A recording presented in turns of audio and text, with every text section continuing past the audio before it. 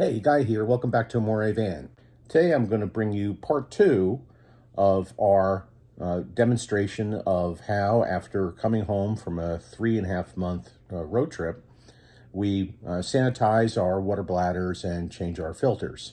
But before showing you the next part, I want to clear up, or at least discuss, a couple things from part one.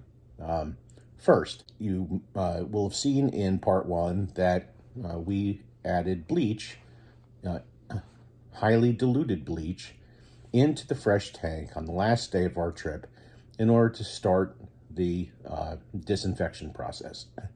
This has raised a couple of questions in discussions in the Facebook group and elsewhere.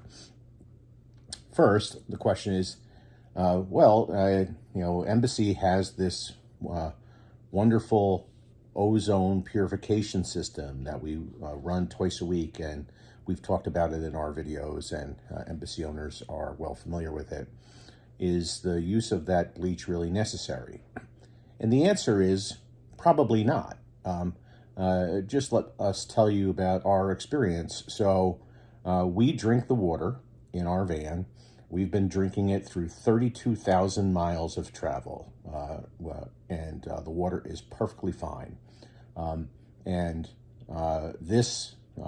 What you saw on the video was only the second time in that 32,000 miles of travel that we've added any bleach into the system. We run the ozone purification religiously twice a week, year-round. We do not let our tanks lay around empty, even when we're home. We keep them full and run the ozone. And that has served us well. So I have no reason to believe that we really needed to add any bleach. It's just kind of a belt and suspenders thing. Do it in an overabundance of caution. So no, it's probably not necessary. The ozone system is great. Secondly, people have suggested that there are alternatives to bleach, like, for example, hydrogen peroxide, which can accomplish the same thing as bleach, and perhaps without as much flushing afterwards. And so we may try that next time. I think that's an excellent idea.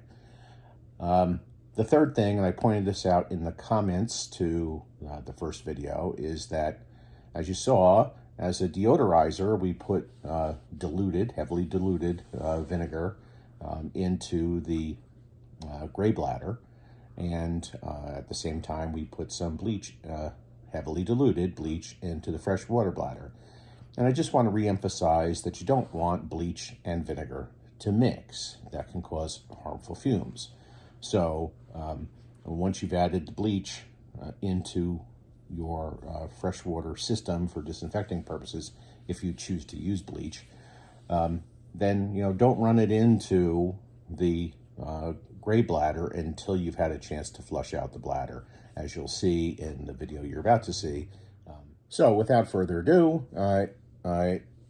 having filled the gray tank with some diluted vinegar, heavily diluted vinegar, and having put some heavily diluted bleach into the regular tank, we let that all sit for a day when we got home. And then today it was time to continue the process, and that's what you'll see now. The next step in the process is to drain the vinegar-treated water out of the gray bladder. Now, to do this, I wouldn't ordinarily remove all the cushions like you see here. I would just lift them up. But I've removed them here just to make it easier for you to see. On the Embassy Dolphin S model, the valve to open the gray tank is located under the driver's side sofa, close to the kitchen sink. The red arrow in the photo is pointing to the valve. Here's a close-up of that valve in the closed position. If you're not used to working with plumbing, when the valve handle is perpendicular to the pipe, it's closed. And here you see the valve after I have shifted it to the open position. With the gray valve open, I've extracted the gray valve draining hose from behind the rear wheels and removed the cap. Now obviously the strainer is completely unnecessary. When we travel, we're very careful to make sure that only soapy water goes down the drain, never any food scraps or grease or oil or anything of that kind. So Roseanne was curious to see how well we did, so we used a strainer to find out. With the vinegar-treated water fully drained from the gray tank, it was now time to refill the gray tank completely with fresh water in order to flush it out. The easiest way to do this, as you see here, is just to run your water hose directly into the sink. After refilling the gray bladder, I open the valve and drain it once again. Roseanne's strainer experiment showed that indeed we had been successful in keeping most things out of the gray bladder. With the gray bladder finished, the next step was to run some of the diluted bleach water out of the fresh tank into the lines to disinfect the lines. But before doing that, you have to remove the under-sink water filter after making sure that the water pump is off. With the water pump off, open the faucet. This serves two purposes.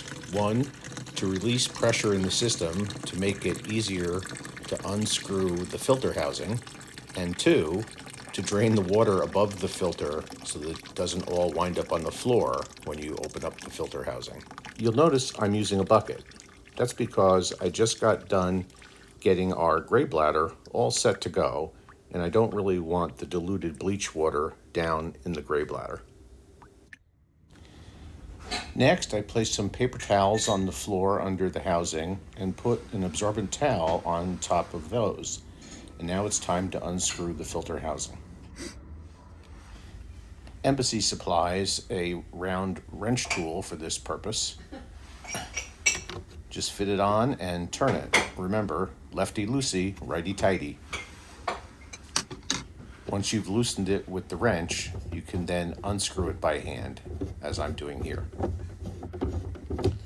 Once the housing is unscrewed, it's time to remove the filter.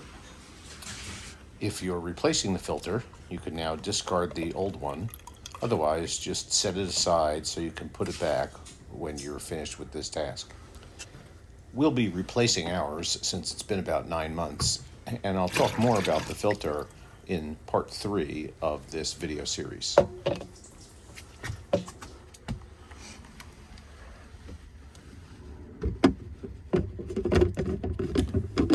With the filter removed and the housing emptied, it's time to replace the housing and to retighten it using the wrench once more.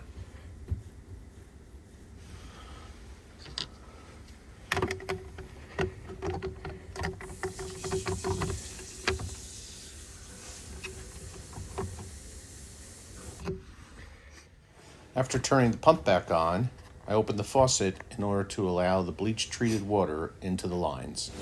As I'm doing that, I also recheck the filter housing to make sure it's not leaking, because if it hasn't been tightened enough, it definitely will leak. After a few seconds, I start to smell the bleach in the water, and so I know I've run it enough and I can turn it off now. I then repeat the same process with the shower head. Okay, with the gray tank finished and the bleach-treated water now successfully drawn into the lines, it's time to stop for the day and allow that water to sit in those lines overnight. The next step will be to flush the fresh tank, and then we're going to replace all 3 of our water filters. That's the inside filter and the 2 external filters, and that we'll talk about in the 3rd and final installment of this video series.